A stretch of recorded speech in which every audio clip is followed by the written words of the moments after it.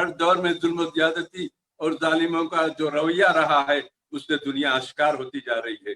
آج ہم کو ضرورت ہے کہ ہم امام علی مقام کی تعلیمات کو اپنائیں، ان کے اسوہ حسنہ کو اپنائیں، حسینی کردار کا مظاہرہ کرے۔ یقیناً جب اسلام کی راہ میں قربانی کا وقت آتا ہے تو ہم اپنے آپ کو پیش کرنے کے لیے تیار ہو جائیں۔ کتنے آپ کے اہل بیت کے نفوس تھے جو شہادت پہ شہادت حاصل کرتے جا رہے تھے۔ حضرت حسن رضی اللہ تعالیٰ عنہ کو بھی اس کی اطلاع تھی۔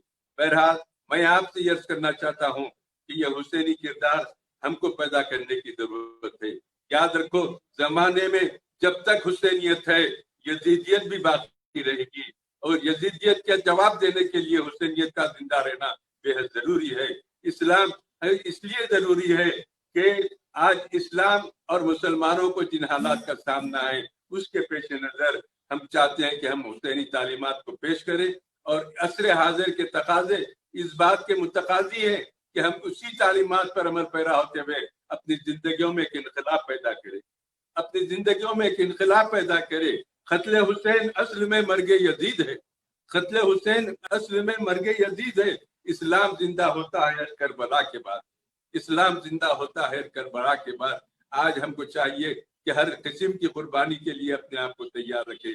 یقین جانیے مال و متاع کو قربان کر دینا اللہ کی راہ میں تو یہ تو سب کو آتا ہے، لیکن اللہ تعالیٰ کی راہ میں اپنی جانوں کے نذرانوں کو پیش کرنا یہ تاریخ اسلام میں حسینی تعلیمات کا یہ عکاسی، تعلیمات کی عکاسی ہے جو عملی طور پر میدان میں اپنے ساتھ اپنے 72 نفوس کے ساتھ جامع شہادت نوش کی ہے۔ اور وہ بھی شہادت کبریٰ، شہادت کبریٰ ایک کے بعد ایک تھا۔ آپ کے اہل بیت کے نفوس جب شہید ہوتے تو ہر ایک کی لاشوں کو امام علی مقام ایک جگہ لا کے اکٹھا کرتے۔ کیسے کیسے لوگ وہاں پر آپ کے ساتھ ہے، آپ کی بہن آپ کا ساتھ دیتی ہے، ہمت نہیں ہارتی۔ خواتین کے لیے حضرت زینب رضی اللہ تعالیٰ عنہا کا وہ کردار ہمارے سامنے کھل کے آتا ہے کہ آج کے دور کے خواتین کو، دختران امت کو چاہیے کہ وہ حضرت زینب کی تعلیمات کو اپنائیں۔ ان کی بے باکی، ان کی جرأت مندی، ان کی ثابت قدمی کو ہم دیکھیں کہ کس طریقے سے آج کے ماحول میں ذری سی بیماری پر ہم پریشان ہو جاتے ہیں اور ایک کرنے لگتے ہیں، لیکن صدقے جائیں وہ زینب رضی اللہ تعالی عنہا کے کہ جنہوں نے اپنے بھائی کی ہر قدم پر ساتھ دیا، اور کیسے کیسے کردناک مناظر کو انہوں نے اپنے آنکھوں سے دیکھا۔ بہرحال 72 نفوس کی یہ شہادت ہمارے لیے یہ تعلیم دیتی ہے، یہ پکار کر آپ کو دعوت دیتی ہے کہ اسلام پر وقت آتا ہے تو ہم اپنے جانوں کے نذرانوں کو پیش کریں، کیونکہ سب سے افضل موت، سب سے بڑی موت، سب سے مبارک موت اگر کوئی مسلمان کی ہے تو وہ اسلام کی راہ میں جامع شہادت نوش کرنا، یہ سب سے افضل موت ہے۔ شہادت کے تو 72 اقسام علماء اور مفتیان کرام نے بتائے، لیکن سب سے افضل موت وہ ہے جو اسلام کی راہ میں اللہ کے لیے اپنی جان کو قربان کرتی۔ ہر آدمی بیمار ہوتا ہے، موت کے قریب جاتا ہے، مرنے سے پہلے وصیتیں کرتا ہے اولاد کے لیے، جائیداد کے لیے، اور اس کے بعد جب جاتا ہے دنیا سے، جنت میں جانے کے بعد اللہ پوچھتا ہے کہ میرے بندے تو دنیا میں جانا چاہتا ہے؟ تو بندہ کہتا ہے کہ نہیں میری، میں دنیا میں جانا چاہتا ہوں، مجھے بھیج دے۔ اللہ فرماتا ہے کہ میری جنت میں کیا کمی ہے؟ تو بندہ کہتا ہے پروردگار تیری راہ میں مرنے میں جو مزہ ہے وہ مزہ تیری جنت میں بھی ہم کو نہیں ملتا۔ یہ خواہش رہتی ہے شہادت کی۔ سرکار عالم صلی اللہ علیہ وسلم کی دعاؤں میں ایک دعا یہ بھی شامل ہے کہ سرکار ہمیشہ دعا فرماتے تھے کہ پروردگار مجھے اللہ کی راہ میں شہادت نصیب ہو، پھر میں دنیا کو میں جاؤں، پھر شہید ہو کر تیری بارگاہ میں آؤں، اور یہ سلسلہ قیامت تک کے جاری رہے۔ یہ دعا رسول کریم صلی اللہ علیہ وسلم فرماتے تھے، ہر ایک کی دعا تھی۔ اب آپ اندازہ دیجئے یہ مارے کے کربلا میں جو فلسفہ ہے، کئی قسم سے یہ ہمارے لیے درس آمیز واقعہ ہے۔ اندازہ کیجئے کہ امام علی مقام نماز کی حالت میں سجدے میں آپ کا سر کو تن سے جدا کیا جاتا ہے، نماز کی حالت میں، ارے تلواروں کے سایوں میں نمازوں کو ادا کرنے والا یہ گھرانہ کبھی عبادتوں سے غفلت نہیں، کبھی عبادتوں سے منہ نہیں پھیرا۔ مصیبتوں پہ مصیبت آتی ہے لیکن اس دوران بھی نمازوں کی وہ پابندی کیا کرتے تھے۔ اندازہ کیجئے حضرت عمر رضی اللہ تعالیٰ عنہ نماز کی حالت میں شہید ہوئے، حضرت علی کرم اللہ وجہ نماز کی حالت میں شہید ہوئے، اور امام علی مقام کربلا کی سرزمین پر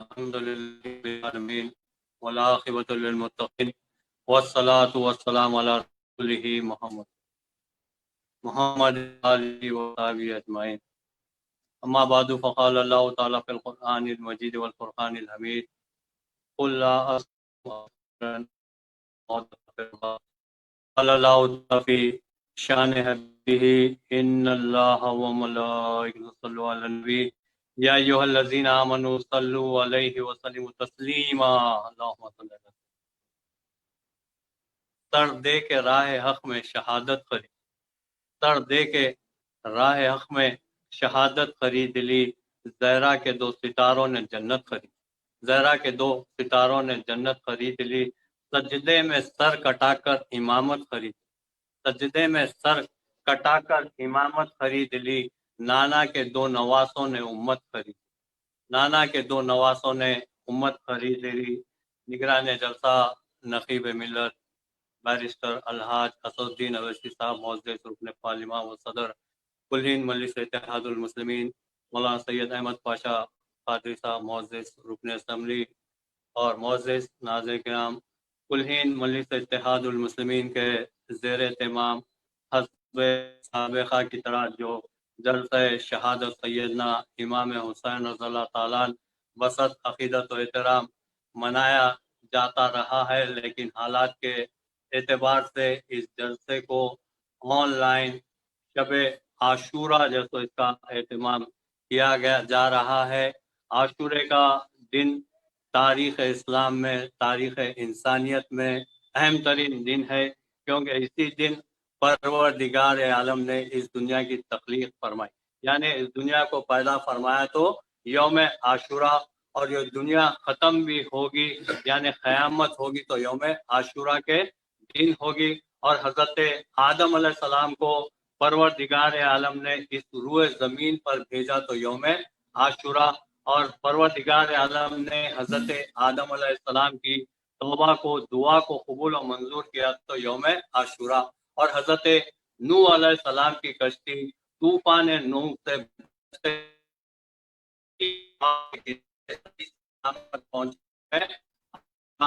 پروردگار عالم نے حضرت ابراہیم علیہ السلام کو اپنا دوست خلیل بنایا تو یوم عاشورہ، اور حضرت ابراہیم علیہ السلام پر جو آگ کو سرد کیا گیا، سلامتی والی بنائی گئی یوم عاشورہ، علیہ السلام کو فرعون کے ظلم سے نجات دی گئی تو یوم عاشورہ، حضرت یونس علیہ السلام کو مچھلی کے پیٹ سے زندہ صحیح سلامت برآمد کیا گیا تو یوم عاشورہ، حضرت سلیمان علیہ السلام کی کھوئی ہوئی حکومت انہیں واپس ملی تو یوم عاشورہ، حضرت یعقوب علیہ السلام اور حضرت یوسف علیہ السلام کی برسوں بعد ملاقات تو یوم عاشورہ۔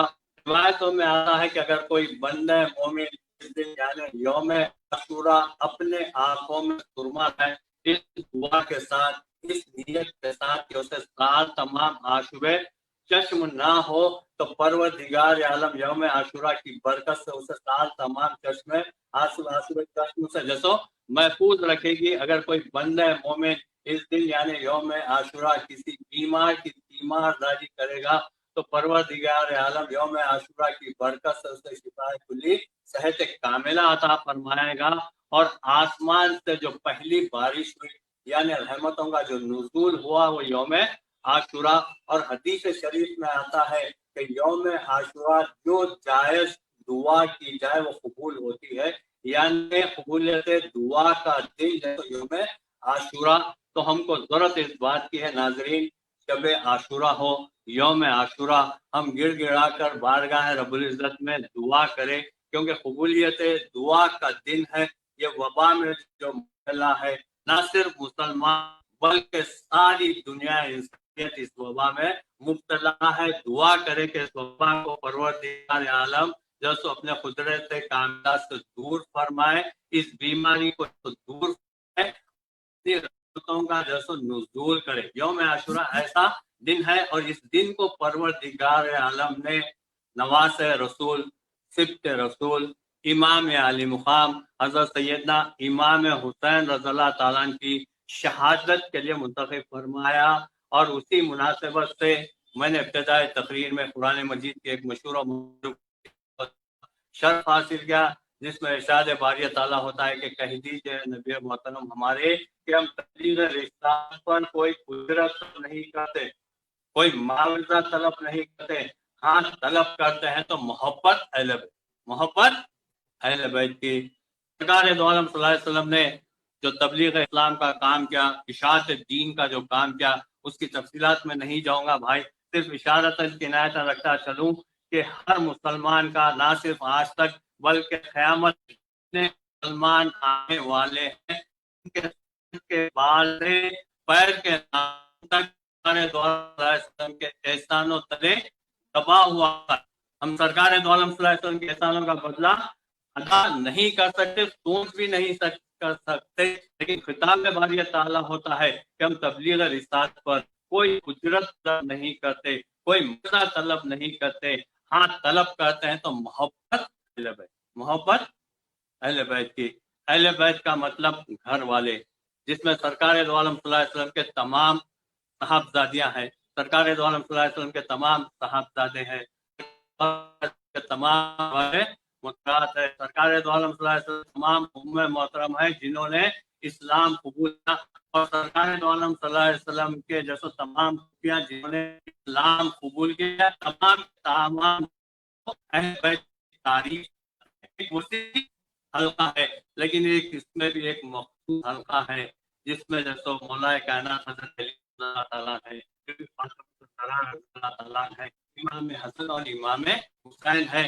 جب یہ آیت کا نزول ہوا تو صحابہ کرام عرض کرتے ہیں رسول اللہ اہل بیت میں وہ کون ہیں جن کی محبت ہم پر واجب، کی محبت ہم پر واجب ہے؟ تو میرے آقا نے ارشاد فرمایا کہ علی ہے، فاطمہ ہے، حسن اور حسین ہے۔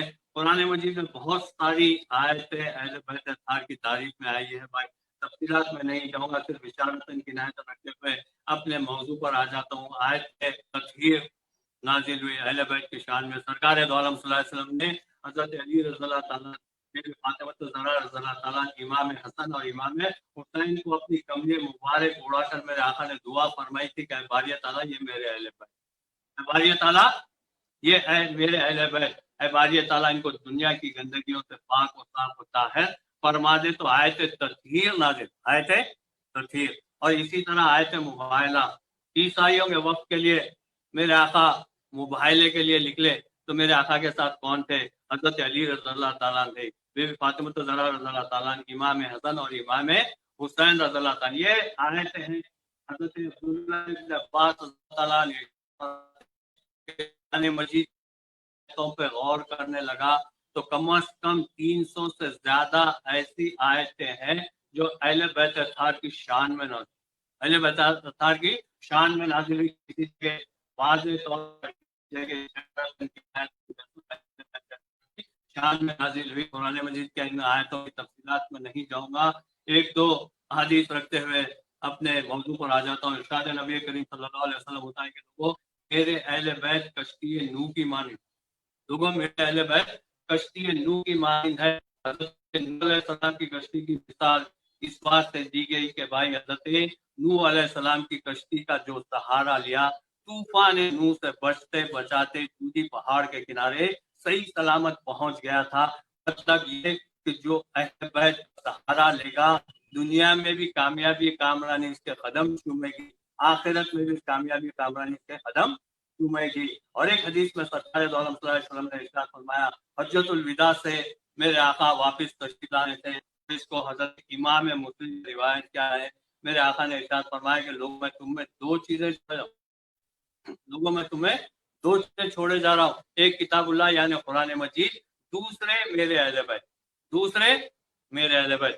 سرکار دو عالم صلی اللہ علیہ وسلم نے اس آخری جملے کو 3 مرتبہ دہرایا کہ لوگوں میرے اہل بیت، لوگوں میرے اہل بیت، لوگوں میرے اہل بیت۔ یہ اہل بیت کا معاملہ ہے جس کو قرآن مجید میں پروردگار عالم نے قائم فرمایا اور سرکار دو عالم صلی اللہ علیہ وسلم نے حدیث شریف میں بیان فرمایا، اور اس میں مخصوص طبقہ ہے جس میں جیسے مولا کائنات حضرت علی رضی اللہ تعالیٰ ہے، بی بی فاطمہ الزہرا رضی اللہ تعالیٰ ہے، امام حسن اور امام حسین رضی اللہ تعالیٰ ہے، اور امام حسین رضی اللہ تعالیٰ عنہ کی شہادت، سیرت کی باتیں سننے اور سنانے کے لیے یہاں جب ہم جمع ہوئے ہیں۔ کما حقو، مجھ جیسا ایک ادنا سا طالب علم اس امام عالی مقام کی سیرت کے تعلق سے کیا بیان کر سکتا ہے بھائی، جن کی تربیت آغوش نبوی صلی اللہ علیہ وسلم، جو راس سرکار دو عالم صلی اللہ علیہ وسلم کے زیر تربیت رہے، جنہوں نے باب العلم حضرت علی رضی اللہ تعالیٰ کی انگلی پکڑ کے چلنا سیکھا، جن کو خاتون جنت بی بی فاطمہ الزہرا رضی اللہ تعالیٰ لوریاں بھی دیتی تو آئے تھے قرآن، انہیں خفا بھی ہوتی تو آئے تھے قرآن۔ ایسے جل قدر نواس رسول، سبت رسول، تقوی اور پرہیزگاری کا یہ عالم ہے کہ 25 حج آپ نے پیادہ ادا فرمائے، حالانکہ سواریوں کی کمی نہیں تھی۔ تقوی اور پرہیزگاری کا معاملہ یہ ہے کہ 25 حج آپ نے پیادہ ادا فرمائے، رات رات بھر جیسو عبادت الہی میں گزارتے، کثرت سے نوافل جیسو آپ ادا فرماتے، اور سخاوت کا معاملہ تو ایسا ہے کہ بھائی یہ گھرانے کی سخاوت کا جیسو قرآن شاہد ہے، اس گھرانے کی سخاوت کا معاملہ۔ ایسے چہیتے نواسے جن کے تعلق سے میرے آقا نے ارشاد فرمایا کہ لوگوں، نوجوانان جنت کے سرداروں کو اگر دیکھنا چاہتے ہو تو حسن اور حسین کو حسن اور حسین کو دیکھ لو۔ میرے آقا نے ارشاد فرمایا کہ لوگوں، مجھے جنت کے 2 پھول عطا کیے، 2 پھول عطا کیے بھائی۔ اگر دنیا کے پھول ہوتے تو مرجھائے جاتے، ان کی رنگت جاتی، لیکن جنت کے پھولوں کی جیسے مہک ختم ہونے والی نہیں ہے، آج بھی مہک رہے ہیں اور تا قیامت مہکتے رہیں گے۔ یہ جنت کے پھول عطا کیے گئے جن کے لیے، اور میرے آقا کا معاملہ یہ تھا کہ ایسے چہیتے نواسے تھے جن کی محبت میں سرکار عالم صلی اللہ علیہ وسلم اپنے سجدوں کو طول لیا کرتے، اپنے خطبے کو میرے آقا روک دیا کرتے تھے۔ ایسے چہیتے نواسے امام علی مقام سیدنا امام حسین رضی اللہ تعالیٰ عنہ بھائی، یقیناً جیسو آپ کو جیسو میدان کربلا میں 10 محرم 61 ہجری کربلا کے مقام پر ظالموں نے 3 دن رکھ کر آپ کو جیسو جامع شہادت نوش فرمائی ہے، ان تفصیلات میں نہیں جاؤں گا۔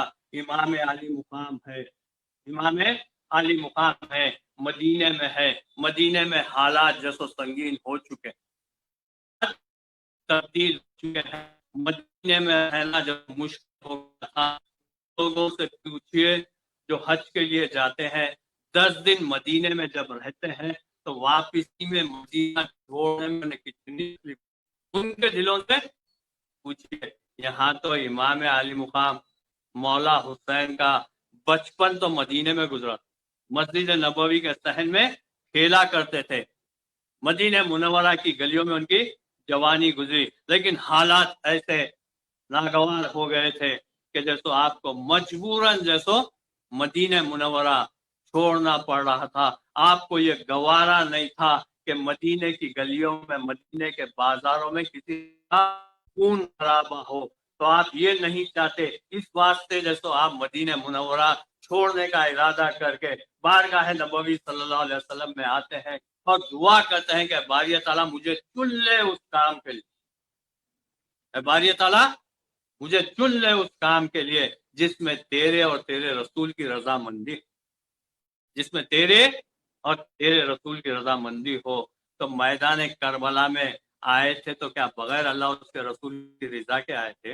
بغیر اللہ اس کے رسول کی رضا کے آئے تھے؟ ارے نہیں نہیں بھائی، وہ اللہ اس کے رسول کی رضا کے لیے آئے، تسلیم و رضا کا جیسا عظیم پیکر آپ کی زندگی اگر ہم مطالعہ کریں تو ہم کو معلوم ہوگا کہ جیسا آپ کی پوری زندگی جیسا تسلیم و رضا کا معاملہ تھا، تسلیم و رضا کا معاملہ تھا۔ آپ ابھی سن چکے ہیں کہ مولانا آپ سن چکے ہیں کہ اختیارات رکھتے تھے، اختیارات رکھتے تھے، موجود جیسو آپ نے پانی نہیں پیا کیونکہ پیاسا گلا کٹانا آپ کا مقصد تھا۔ میرے والد محترم حضرت افتخار الصوفی حضرت صوفی اعظم ثانی رحمۃ اللہ علیہ منقبت حضرت سیدنا امام حسین کے ایک شعر میں لکھتے ہیں کہ پیاسا گلا کٹانا تھا بس مقصد حسین، پیاسا گلا کٹانا تھا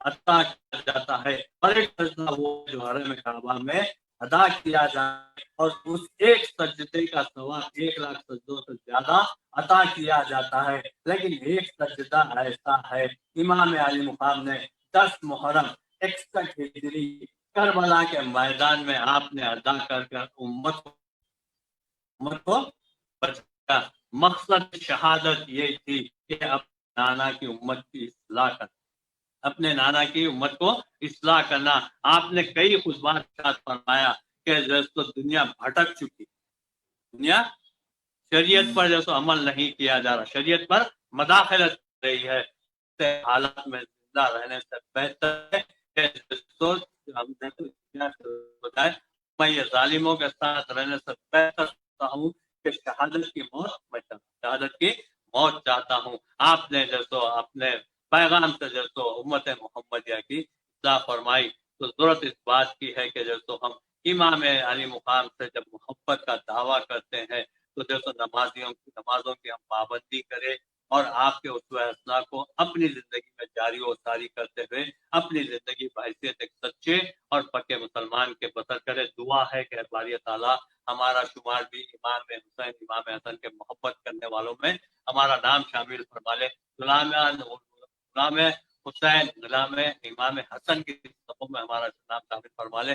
باری تعالیٰ یوم عاشورہ کے واسطے اور وسیلے سے ٹھیک مانتے ہیں کہ باری تعالیٰ اس وبائی مرض کو دور فرما، کورونا وائرس کو اپنے قدرت کاملہ سے دور فرما، کورونا وائرس کی وبا کو اپنے قدرت کاملہ سے دور فرماتے ہوئے دنیا انسانیت پر رحمتوں کا نزول فرما، رحمتوں کا نزول فرما، برکتوں کا نزول فرما۔ آمین آمین برحمتک یا ارحم الراحمین۔ الحمدللہ۔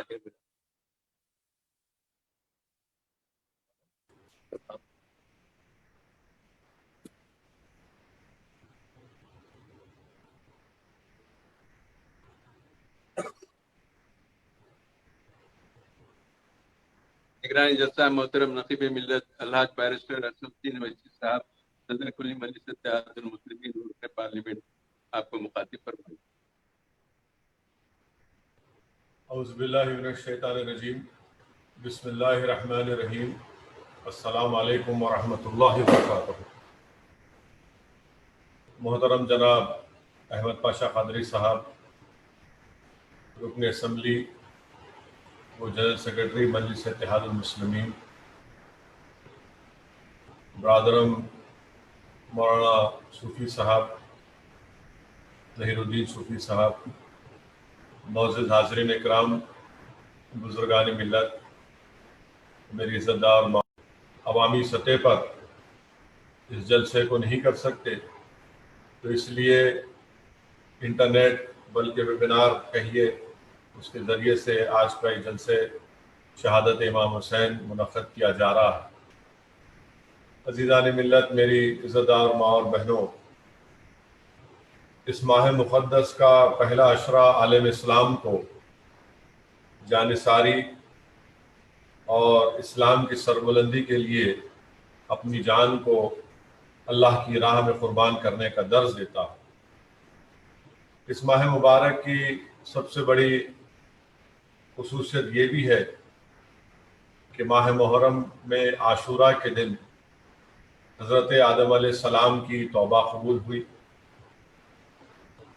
عاشورہ کے دن حضرت نوح علیہ السلام کی کشتی کو قرار ملا۔ روایتوں میں آیا کہ عاشورہ کے دن ہی حضرت یونس علیہ السلام مچھلی کے پیٹ سے عاشورہ کے دن ہی باہر تشریف لائے، اور عاشورہ کے دن دیگر آسمانی مذاہب چاہے وہ نصرانی ہو یہودیت ہو، ان کے لیے بھی یہ بڑا دن تھا۔ جب اللہ کے رسول صلی اللہ علیہ وسلم ہجرت کر کے مدینہ شریف کو تشریف لائے، اللہ کے رسول صلی اللہ علیہ وسلم نے دیکھا کہ یہودی عاشورہ کے دن روزہ رکھتے، اور دریافت کرنے پر معلوم ہوا کہ وہ اس لیے روزہ رکھتے کہ اللہ سبحانہ و تعالیٰ نے حضرت موسیٰ علیہ السلام کی دعا کو قبول کیا۔ تو رسول اللہ صلی اللہ علیہ وسلم رحمۃ اللہ علیہ نے ارشاد فرمایا کہ موسیٰ علیہ السلام پر زیادہ حق ہمارا ہے، اور ہم 9 محرم کو روزہ رکھیں گے۔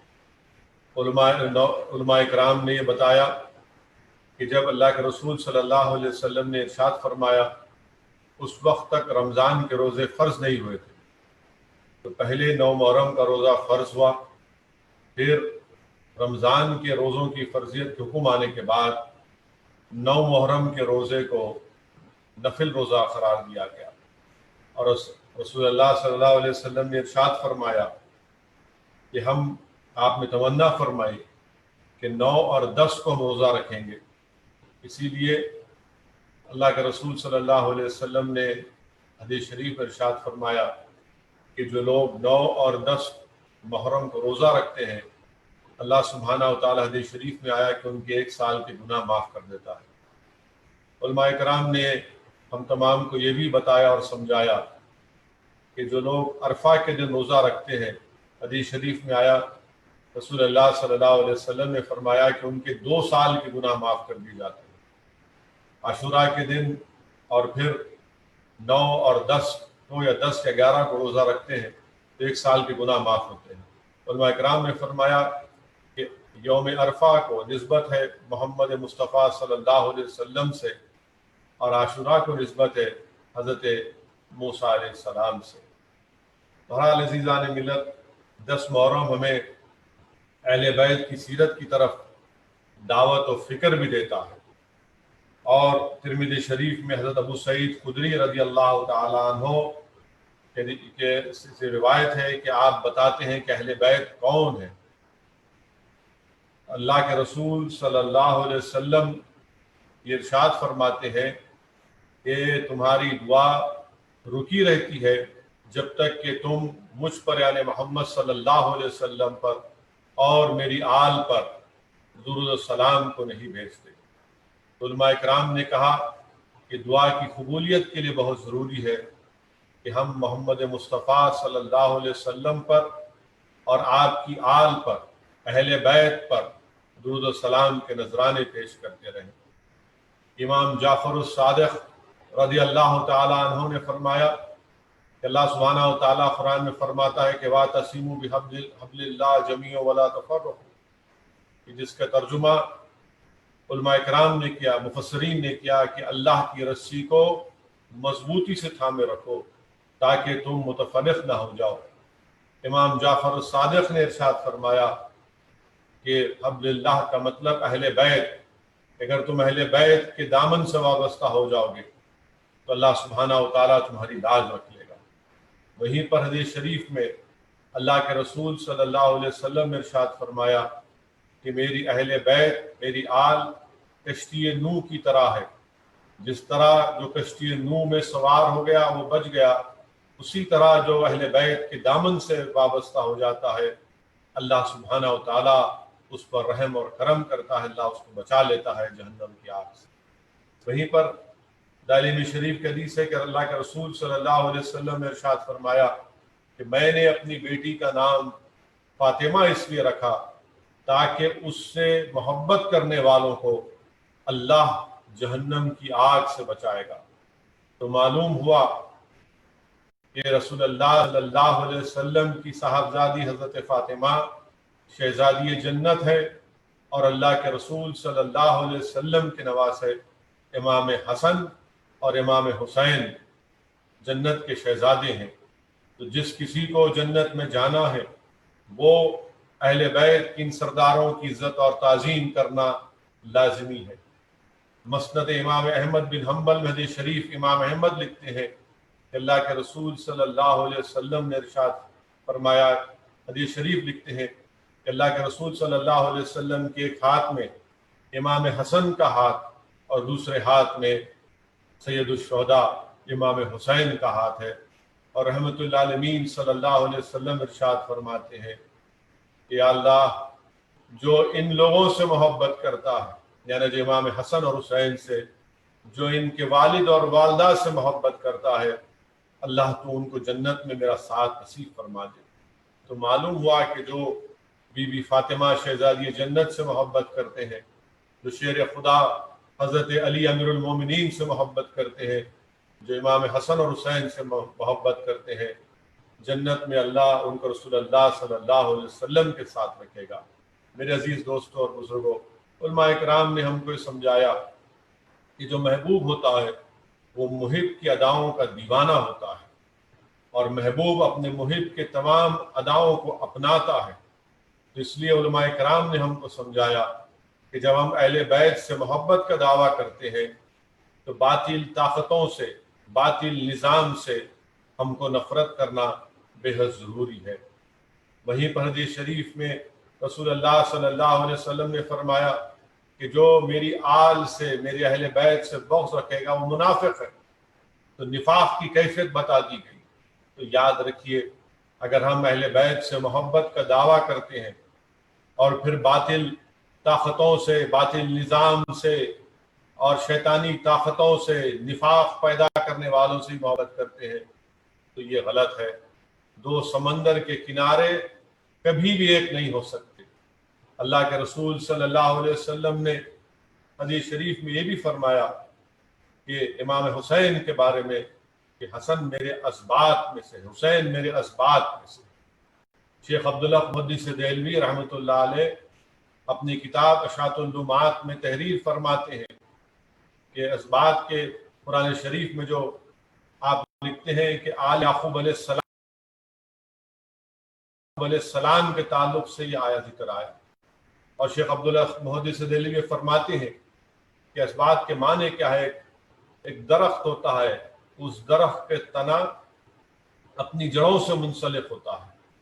تو آپ شیخ عبداللہ محدث دہلوی یہ سمجھاتے ہیں کہ امام حسین اپنے نانا محمد مصطفیٰ صلی اللہ علیہ وسلم سے منسلک ہے، اور دین اسلام ایک درخت ہے، اس درخت کے تنے پر کئی شاخیں ہیں۔ امام حسین کے تعلق سے اللہ کے رسول صلی اللہ علیہ وسلم نے فرمایا کہ امام حسین میرے اسباط میں سے سبت ہے۔ تو یہ شاخیں سمرقند سے نکلتی ہیں، اجمیر کو نکلتی ہیں، حمیرہ پہ نکلتی ہیں، اور یہ صبح قیامت تک دین اسلام کو ثمرآور کرتی رہیں گی۔ میرے عزیز دوستوں اور بزرگوں، اہل بیت کی محبت مسلمانوں میں، عالم اسلام میں اتحاد پیدا کرنے کی ایک ہی وجہ ہے، اور بہت ہی بنیادی وجہ ہے۔ مختلف چیزوں پر اختلاف ہو سکتا ہے، مگر کسی کلمہ گو مسلمان کو اہل بیت کی محبت پر اختلاف نہیں ہو سکتا۔ اگر اہل بیت کو ہم کی بنیاد پر ہم اتحاد پیدا کریں گے، اس سے اللہ، اس کے رسول کی خوشنودی حاصل ہوگی، آخرت میں کامیابی ملے گی، دنیا میں کامیابی ملے گی، اور ہمارے دنیا کے باہمی کاموں میں ہم کو الفت حاصل ہوگی۔ اسی لیے میرے عزیز دوستوں اور بزرگوں، برکات آل رسول میں حدیث شریف لکھی گئی کہ رسول اللہ صلی اللہ علیہ وسلم نے ارشاد فرمایا کہ ہر چیز کی بنیاد ہوتی ہے، اور یہ دین کی بنیاد اہل بیت اور اصحاب رسول صلی اللہ علیہ وسلم ہے۔ میرے عزیز دوستوں اور بزرگوں، میری عزت دار ماں اور بہنوں، تفسیر کبیر اور تفسیر روح البیان میں حدیث شریف لکھی گئی کہ جو اہل بیت کی محبت پر مرے گا اس کو شہید کا رتبہ دیا جائے گا۔ جو اہل بیت کی محبت پر مرے گا اللہ اس کی مغفرت کر دے گا۔ جو اہل بیت کی محبت پر مرے گا اللہ سبحانہ و تعالی اس کو ملک الموت کے ذریعے سے جنت کی بشارت دے گا۔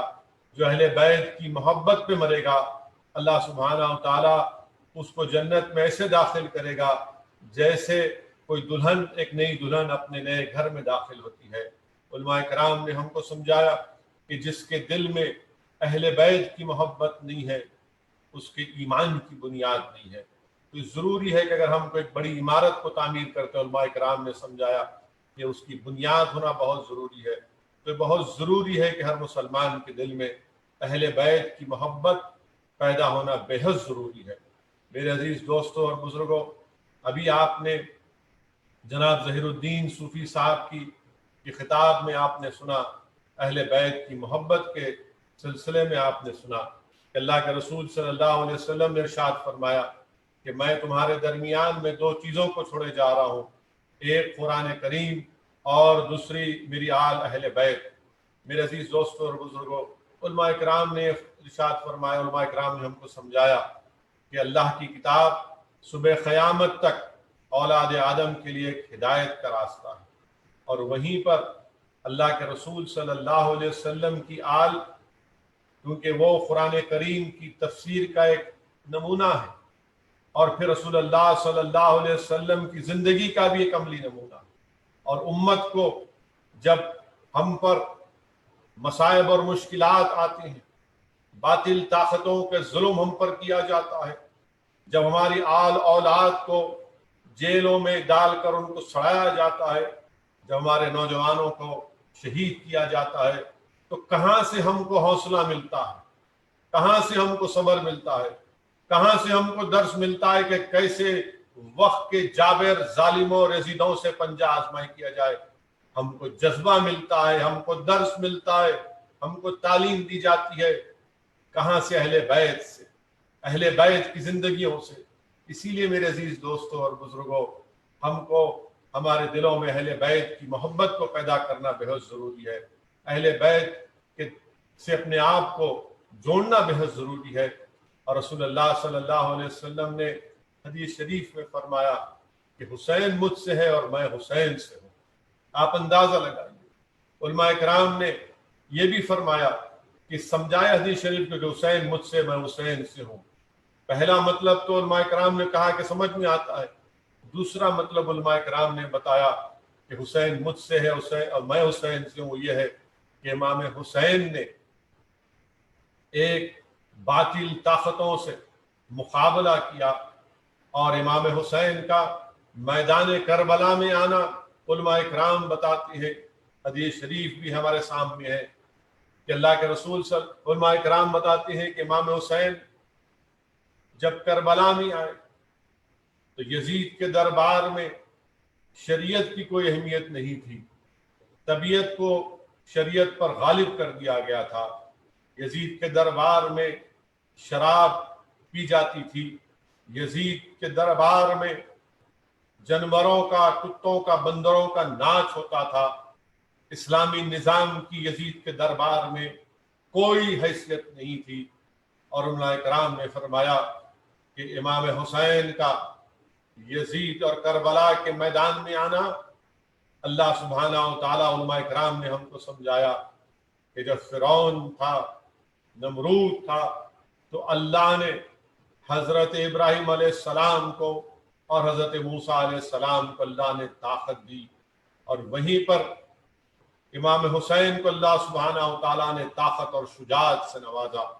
میرے عزیز دوستوں اور بزرگوں، امام حسین کی شہادت کا ذکر اللہ کے رسول صلی اللہ علیہ وسلم امام حسین کے بچپنے میں جب شیر خاری میں تھے، رحمت اللہ عالمین صلی اللہ علیہ وسلم اپنی زبان مبارک سے ارشاد فرماتے تھے کہ میرا بیٹا شہید ہوگا، اور آپ کی آنکھوں سے آنسو روا ہو جاتے۔ پھر اللہ کے رسول صلی اللہ علیہ وسلم واقعات میں آیا کہ میں نے علماء کرام کے ختموں کے پاس بیٹھ کر علماء کرام کی زبانوں سے سنا، ان کے بصیرت افروز خطابات جو میرے کانوں میں آج بھی گونج رہے ہیں، کہ علماء کرام نے فرمایا کہ ایک مرتبہ رسول اللہ صلی اللہ علیہ وسلم کے پیر پر رسول اللہ صلی اللہ علیہ وسلم کے صاحبزادے تھے، اور دوسرے پیر مبارک پر سید الشہداء امام حسین تھے۔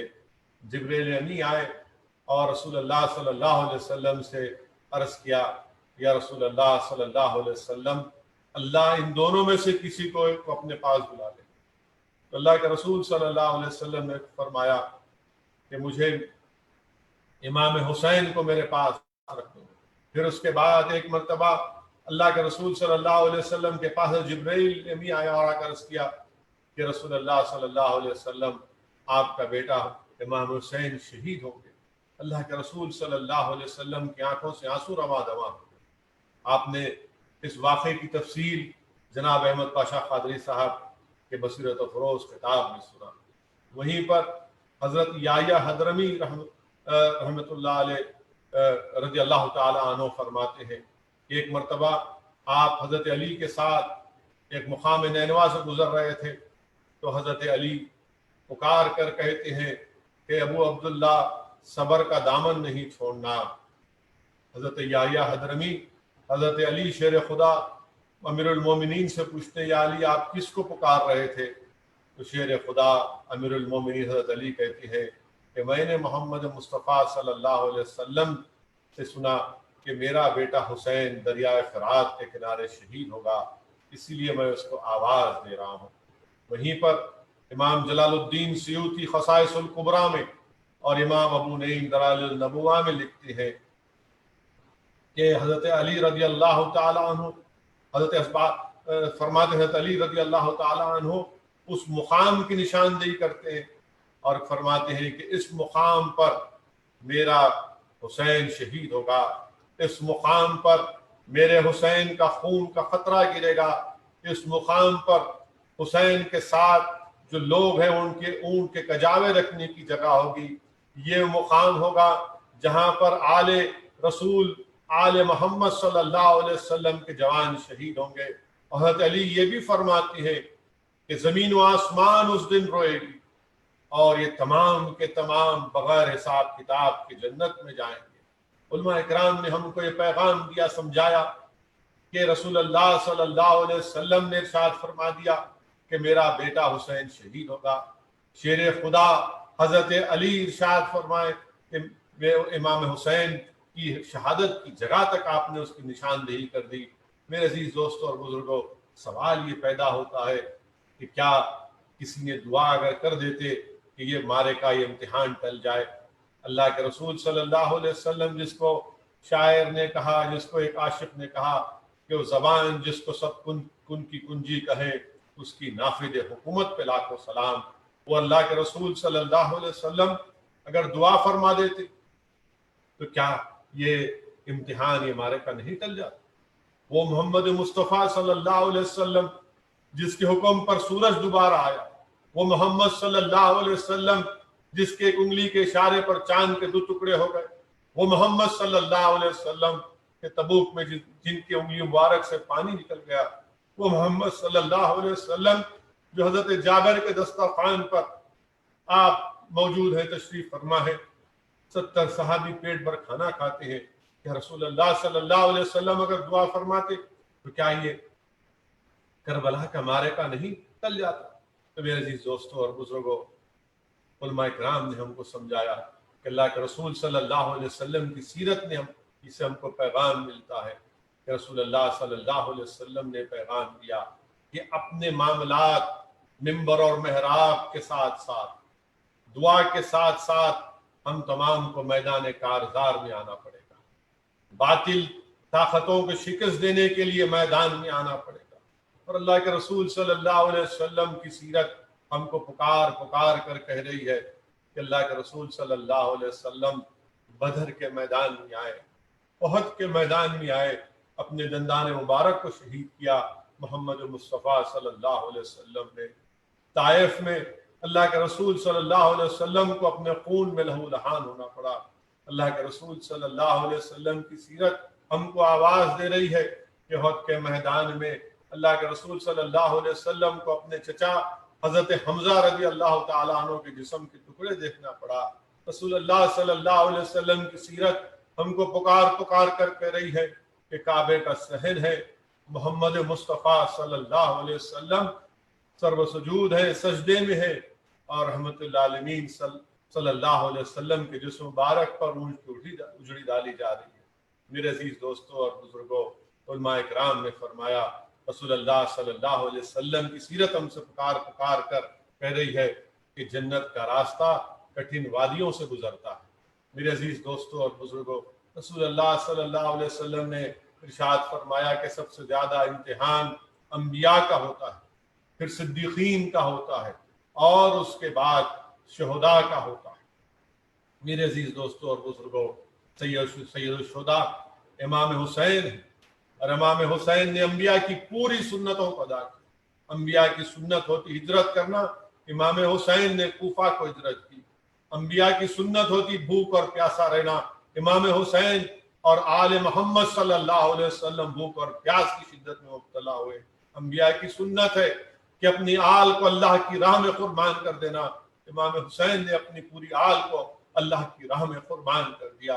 میرے عزیز دوستوں اور بزرگوں، وہیں پر ہم کو یہ بھی ملتا ہے کہ امام حسین نے کس طرح صبر کا مظاہرہ کیا، وہ کیوں نہ کریں؟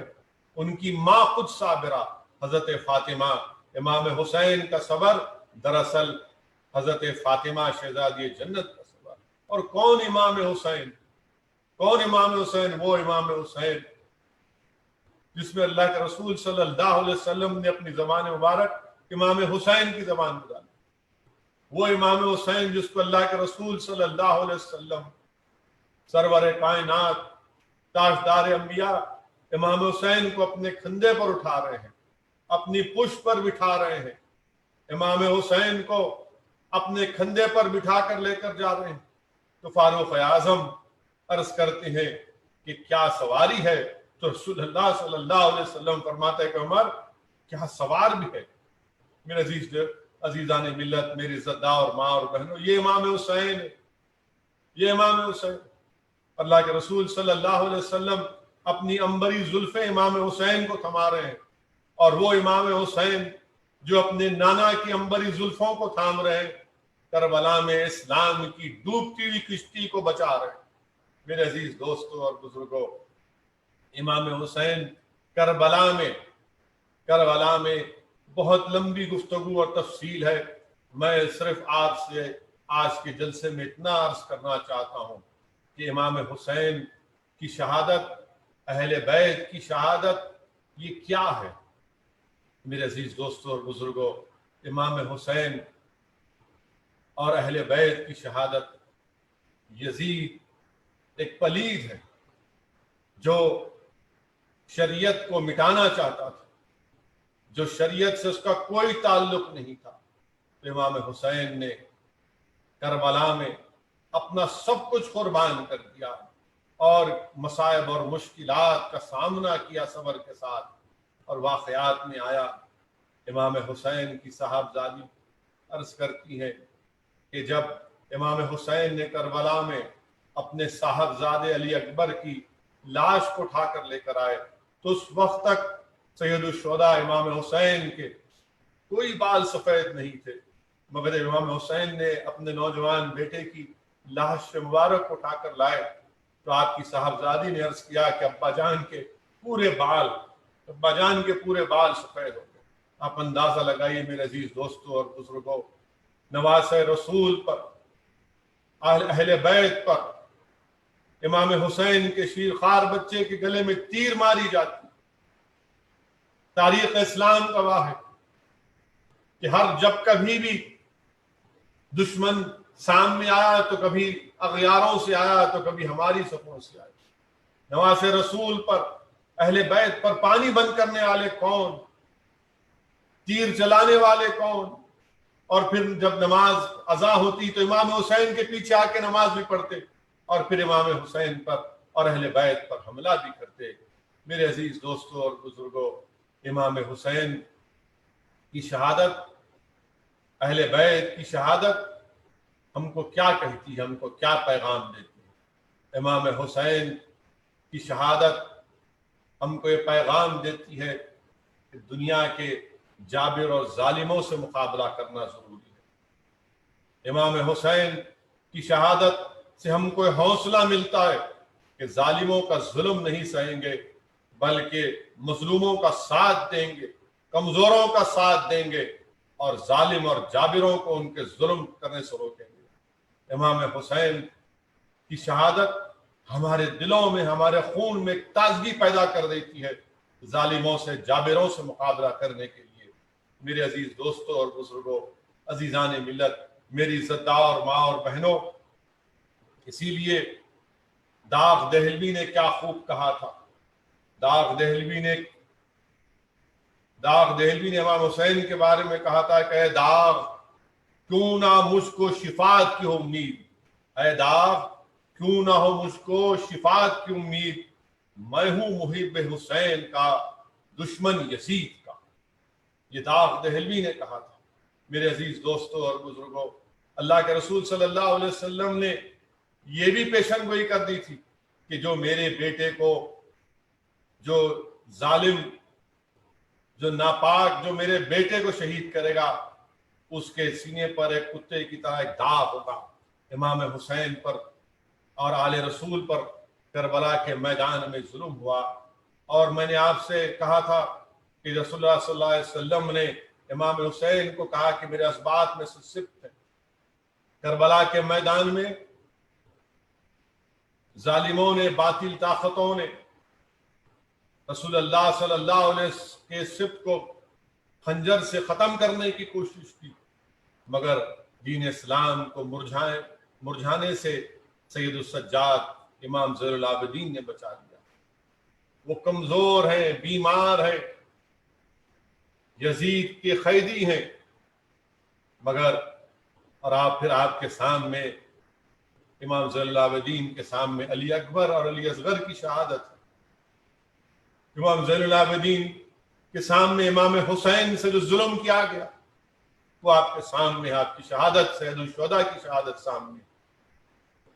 امام زین العابدین کے سامنے آپ کی پھوپھی حضرت زینب کی آہیں ہیں، مگر آپ نے اپنے حوصلوں کو پست ہونے نہیں دیا، بلکہ امام زین العابدین نے اپنے حوصلوں کو اور بلند کیا اور اپنے کردار سے ان باطل طاقتوں پر ایک تماچا رسید کیا. اور امام زین العابدین نے ہم تمام کو یہ پیغام دیا کہ دین حق کی سربلندی کے لیے، باطل طاقتوں کی شکست کے لیے، ظالموں کے ظلم کو روکنے کے لیے، مظلوموں کا ساتھ دینے کے لیے، کمزوروں کو ان کا حق دلانے کے لیے، اگر تمہارا گھر بار لٹتا ہے تو لٹ جائے، اگر تم کو قید و بند کی صحبتیں برداشت کرنا پڑے تو برداشت کرو، اگر تمہاری اولاد کٹتی ہے تو کٹنے دو، مگر کبھی بھی تمہارے جسموں میں زندگی کی آخری سانس جب تک اللہ رکھے گا کبھی بھی باطل طاقتوں سے سمجھوتا مت کرو. میرے عزیز دوستوں اور بزرگوں، یہ پیغام کربلا ہے کہ ہم جب تک زندہ رہیں گے اس وقت تک ہم باطل طاقتوں سے کوئی سمجھوتا نہیں کریں گے. امام حسین کی شہادت، اہل بیت کی شہادت ایک درس کربلا ہے. کربلا کا میدان ایک درس ہے، ایک درس کربلا ہے. یہاں پر کتابوں سے نہیں بلکہ امام حسین کی آل رسول کی شہادت سے اور ان کی اعلیٰ کردار سے ہم کو پڑھایا جاتا ہے. تو صبح قیامت تک جو کوئی بھی حق کی سربلندی کے لیے باطلوں سے پنجہ آزمائی کرتا رہے گا اور دین اسلام کو جو لوگ مٹانے آئیں گے، جو اس راہ میں اپنے آپ کو سب کچھ قربان کرتا رہے گا، وہ در حقیقت اس کربلا کے، اس امام حسین کے اس پیغام کو صحیح سمجھنے والا ہے. میرے عزیز دوستوں اور بزرگوں، علماء کرام نے یہ بھی فرمایا کہ شہادت حسین کے بعد کائنات انسانی کو دو کردار مل گئے. یزیدیت جو بدبختی، ظلم، استحصال، جبر، تفرقہ پروری، قتل و غارت گری اور خون آشامی کا استعارہ بن گیا. حسینیت جو عدل، امن، وفا اور تحفظ دین محمد صلی اللہ علیہ وسلم کی علامت ٹھہری. میں نے ہمیشہ کہا اور جب تک اللہ اسد الدین اویسی کو زندہ رکھے گا میں کہتا رہوں گا کہ قیامت تک حسین زندہ رہیں گے اور حسینیت کے پرچم قیامت تک لہراتے رہیں گے.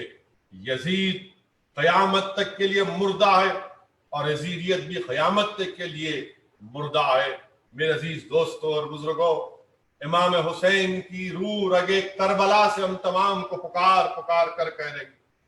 سیدہ زینب کی روح اجڑے ہوئے خیمے سے آواز دے رہی ہے.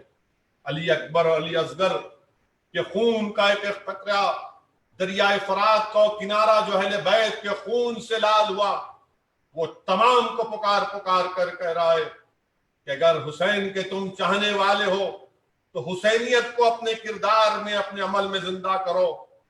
اگر تم حسین سے محبت کرتے ہو تو حسینیت کو پہچانو اور یزیدیت کو پہچانو. یزیدیت تم کو توڑنے کے لیے ہے، یزیدیت تمہارے اتحاد کو پارا پارا کرنے کے لیے ہے اور حسینیت تم کو جوڑنے کے لیے ہے. یزیدیت اسلام کو توڑنے کے لیے ہے اور حسینیت اسلام کی دیواروں کو اٹھانے کا نام ہے. یزیدیت اسلام کے خزانوں کو لوٹنے کا کام کرتی ہے اور حسینیت اسلام کے خزانوں کو، ان کو بچانے کا کام کرتی ہے. یزیدیت ظلم ہے، حسینیت امن ہے.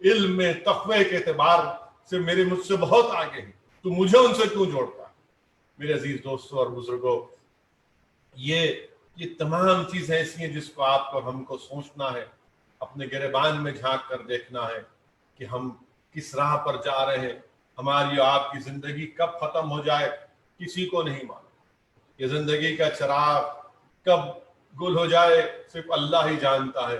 کوئی یہ نہیں کہہ سکتا کہ میں اتنے سال زندہ رہوں گا، اتنے سال میں یہ کروں گا۔ میرے عزیز دوستوں اور بزرگوں، ساری دنیا یہ کووڈ وائرس میں ہے، اور ہم نے دیکھا کہ کئی لوگوں کا انتقال ہو گیا، بلکہ ہمارے وطن عزیز میں 62,000 لوگ اس کووڈ 62,550 لوگ اب تک آج تک اس میں ان کی موت ہو چکی ہے۔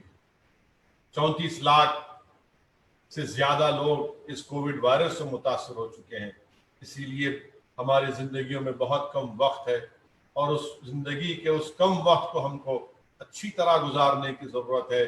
اور آج کے جلسے کا یہی پیغام ہے کہ ہم شہادت امام حسین کو اپنی زندگیوں میں ملحوظ رکھیں، کردار حسینی کو اپنی زندگیوں میں زندہ کریں، باطل طاقتوں سے مقابلہ کریں، ظالم کے ظلم کو نہ سہیں بلکہ اس کو ظلم کرنے سے روکیں، مظلوموں اور کمزوروں کا ساتھ دیں۔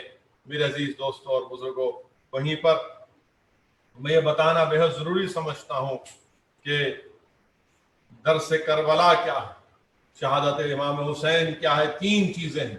علماء کرام نے لکھا کہ ایک تو اس سے ایمان کی مضبوطی ملتی ہے، دوسرے سخت سے سخت حالات میں حق پر جم کر رہنا، اور تیسرا حق کی خاطر اپنا جان، مال اور اولاد کے نذرانے پیش کرنے سے کوئی پیچھے نہیں ہٹتا۔ 3 چیزیں علماء کرام نے بتایا کہ ایمان کی مضبوطی، سخت سے سخت حالات میں حق پر جمے رہنا، اور حق کی خاطر اپنے جان، مال اور اولاد کا نذرانہ پیش کرنے سے پیچھے نہیں ہٹنا۔ میرے عزیز دوستوں اور بزرگوں، امام حسین کی روح ہم سے پکار پکار کر کہہ رہی ہے کہ باطل طاقتوں سے پنجہ آزمائی کرو، ان سے ڈرو مت، ان سے ڈرو مت۔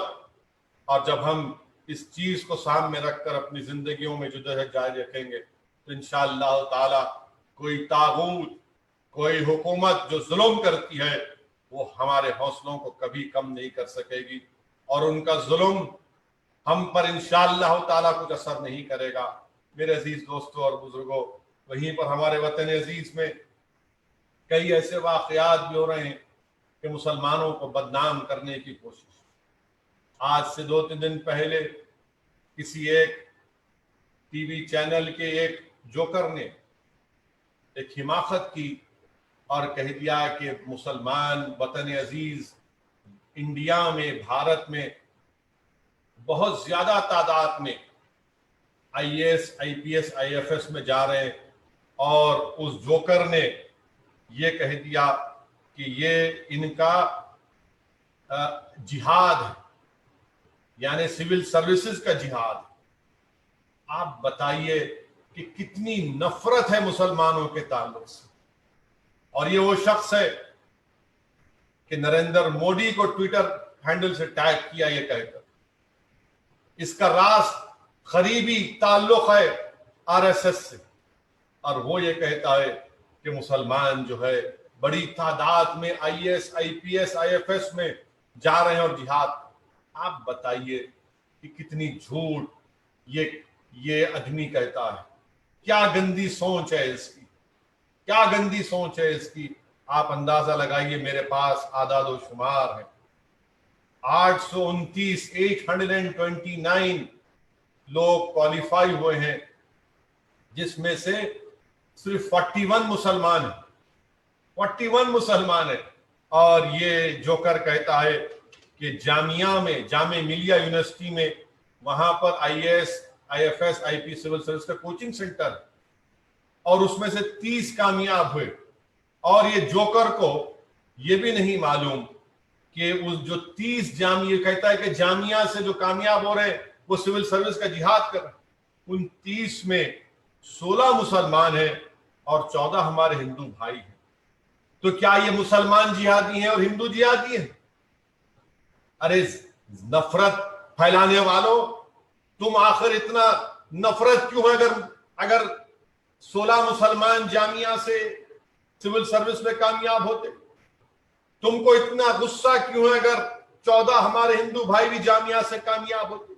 تو معلوم ہوا کہ جامعہ ملیہ پورے انڈیا کی نمبر 1 سینٹرل یونیورسٹی ہے. خود مودی حکومت نے یہ رینکنگ دی ہے. مگر نفرت ہے کہ مسلمان تعلیم یافتہ نہ ہو. میں آج کے جلسے سے تمام ہمارے مسلمان نوجوان، ہماری بیٹیوں اور بیٹوں سے، ہمارے بھائیوں اور بہنوں سے کہوں گا کہ اس کا جواب دینا پڑے گا آپ کو ان طاقتوں کا. اب ہر ایک پر فرض ہے، واجب ہے کہ وہ اپنی اولاد کو تعلیم یافتہ بنائے. اگر آج اس سال 829 میں سے 41 مسلم سول سروسز میں کامیاب ہوئے تو میرے بھائی، ہم کو اور آپ کو اور کوشش کرنا ہے کہ ہم اپنی اولاد کو اس سے زیادہ تعداد میں IAS IPS IFS میں لے کر آئے. کیونکہ اگر ہندوستان کو مضبوط کرنا ہے، بھارت کو مضبوط کرنا ہے، بھارت کے سیکولرزم کو مضبوط کرنا ہے، بھارت کے پلورلزم کو، ڈائیورسٹی کو مضبوط کرنا ہے، تو بے حد ضروری ہے کہ سول سروسز میں بھی زیادہ سے زیادہ تعداد میں مسلمان محنت کریں. یقیناً ہم غریب ہیں، مگر اگر ہم عزم کریں گے، حوصلہ کریں گے، نیتوں میں اخلاص رہے گا تو غیب سے اللہ مدد کرے گا. اور مجھے پورا یقین ہے ہمارے 14 کروڑ مسلمانوں پر اور ہماری بڑی تعداد میں جو ہمارے ہندو بھائی ہیں، دلت بھائی ہیں، اگر کوئی مسلمان خاندان یہ عزم کرتا ہے کہ میں اپنی بیٹی کو IAS آفیسر بناؤں گا، میں اپنے بیٹے کو کمشنر آف پولیس بناؤں گا، تو یقیناً انشاءاللہ تعالی اس ملک میں آج بھی ایسے لوگ ہیں جو تمہارے خوابوں کو پورا کریں گے.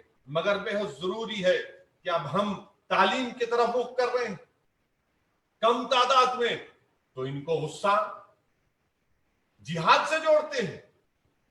کیا تمہاری سوچ ہے؟ ہاں، معلوم ہوا کہ تم ہندوتوا کی آئیڈیالوجی میں ڈوبے ہو. تم سیکولرزم، تم پلورلزم، تم ڈائیورسٹی، رول آف لا، تمہارے پاس یہ تمام کے تمام کا کوئی تعلق نہیں ہے. تم اس سے بہت دور ہو. تم تو اس ملک میں نفرت پھیلانا چاہتے ہو. مگر یاد رکھو، تمہارے ناپاک عزائم میں ہم تم کو ناکام کریں گے. جمہوریت کا سہارا لیں گے. تم نے اچھا کیا یہ بول کر. اب انشاءاللہ تعالی بھارت کا ہر مسلمان، ہر خاندان اپنی اولاد کو پڑھائے گا انشاءاللہ تعالی، پڑھائے گا انشاءاللہ تعالی. ہم تمام کوشش کریں گے کہ اس سے بڑی تعداد میں، اس سے زیادہ ہر سال ہمارے بھارت کے مسلمان پڑھیں گے، محنت کریں گے، IAS IPS IFS کریں گے. یہ نریندر مودی کی سوچ ہے کہ کہا تھا مودی نے کہ ایک ہاتھ میں قرآن، ایک ہاتھ میں کمپیوٹر. ارے تم کمپیوٹر تو چھوڑو، تم تو ہم کو تباہ و برباد کرنا چاہتے ہو. تم تو ہماری ترقی کو دیکھنا نہیں چاہتے. تم تو حسد کرنے والے ہو. مگر یہی جدوجہد ہے. اگر مسلمان تعلیم کی طرف رخ کرے گا، علم حاصل کرے گا اور سیاسی میدان میں آگے بڑھے گا، سیاست میں حصہ لے گا. یاد رکھو میرے عزیز دوستوں اور بزرگوں، میں آپ سے پھر سے عرض کر رہا ہوں، میں اپنی انانیت یا اپنی شہرت کے لیے نہیں کہہ رہا ہوں، میں پوری ذمہ داری کے ساتھ آپ سے عرض کر رہا ہوں شہادت امام حسین کے جلسے سے کہ وطن عزیز میں جب تک آپ اپنی ایک سیاسی طاقت کو نہیں بنائیں گے، ایک آزاد ہماری سیاسی قیادت نہیں بنے گی. یاد رکھیے مسائل کے انبار ہمارے سامنے ہیں. بہت آپ نے یہ تمام نام نہاد سیکولر پارٹیوں کا ساتھ کیا. کیا حاصل ہوا ہم کو؟ ہماری پارلیمنٹ میں کتنے مسلم MPs جیت کر جاتے ہیں. لوگ انگلی اٹھائیں گے اسد الدین تم حیدرآباد سے جیت کر جاتے ہو. میں سلام کرتا ہوں حیدرآباد کی ریور عوام کو جس نے مجھے کامیاب کیا. مگر بتاؤ، کیا صرف 23 جیتیں گے بھارت کی لوک سبھا میں؟ کتنے IAS آفیسر ہیں پورے ملک میں؟ بس دیکھیے اس کی اعداد و شمار ہے. 3% IAS، 1.8% IFS اور IPS صرف 4%. میرے بھائی، اور پارلیمنٹ میں صرف 23. نہیں میرے عزیز دوستوں اور بزرگوں، میں آپ سے اپیل کر رہا ہوں کہ اٹھو، اس خواب غفلت سے بیدار ہو جاؤ، محنت کریے، جستجو کریے، پڑھیے لکھیے، سیاست میں حصہ لیجیے، اور اپنی سیاسی پارٹی کو، اپنی سیاسی قیادت کو مضبوط کریے۔ اسد الدین اویسی آج ہے کل نہیں رہے گا، مگر یاد رکھو یہ مسائل تو کل رہنے والے ہیں۔ ان مسائل کو ختم کرنا ہے، ہمارے ملک میں ہم کو اپنا جائز مقام حاصل کرنا ہے، تو یاد رکھیے آپ کے رونے سے، آپ کے پکارنے سے کوئی آپ کو حق نہیں دینے والا نہیں ہے۔ میرے بھائی، اگر آپ علم کے ذریعے، تعلیم کے ذریعے، اپنے صحیح سیاسی فیصلوں کے ذریعے ایک مقام پر آئیں گے تو تب جا کر آپ اپنے سیاسی مقدر کے فیصلے کریں گے، مگر اس وقت تک آپ صرف روتے رہیں گے۔ میرے بھائی، میں پھر سے میری زدہ اور ماں اور بہنوں عرض کر رہا ہوں کہ جس کی آنکھ سے آنسو بہہ جاتے، ظالم اس کو سمجھتا ہے کہ یہ ہار گیا، ہم نے اس کو ہرا دیا۔ جس کی آنکھ سے آنسو بہہ جاتے ہیں، ظلم کرنے والا سمجھتا ہے کہ کمزور ہے۔ یاد رکھو، اب آنسو نہیں بہانا ہے۔ ہاں، آنسو بہانا ہے تو اللہ کے خوف سے بہاؤ، آنسو بہانا ہے تو اللہ کے رسول صلی اللہ علیہ وسلم کی عشق میں ڈوب کر بہاؤ۔ اگر آنسو بہانا ہے تو امام حسین کی شہادت کو، اہل بیت کی شہادت کو یاد کر کے آنسو بہاؤ۔ آنسو بہانا ہے تو رات کے اندھیرے میں اترو، اٹھو، جس طرح امام باقر اٹھ کر اللہ سے مناجات کرتے، اللہ سے بھیک مانگتے، اللہ سے عرض کرتے۔ مگر یہ دنیا کے سامنے اگر تم اپنے آنسو بہاؤ گے تو ان کے دلوں میں دل نہیں ہے، ایک پتھر ہے، پہاڑ ہے۔ یہ ہمارے آنکھ کے آنسو کو ہماری بے بسی اور کمزوری سمجھیں گے۔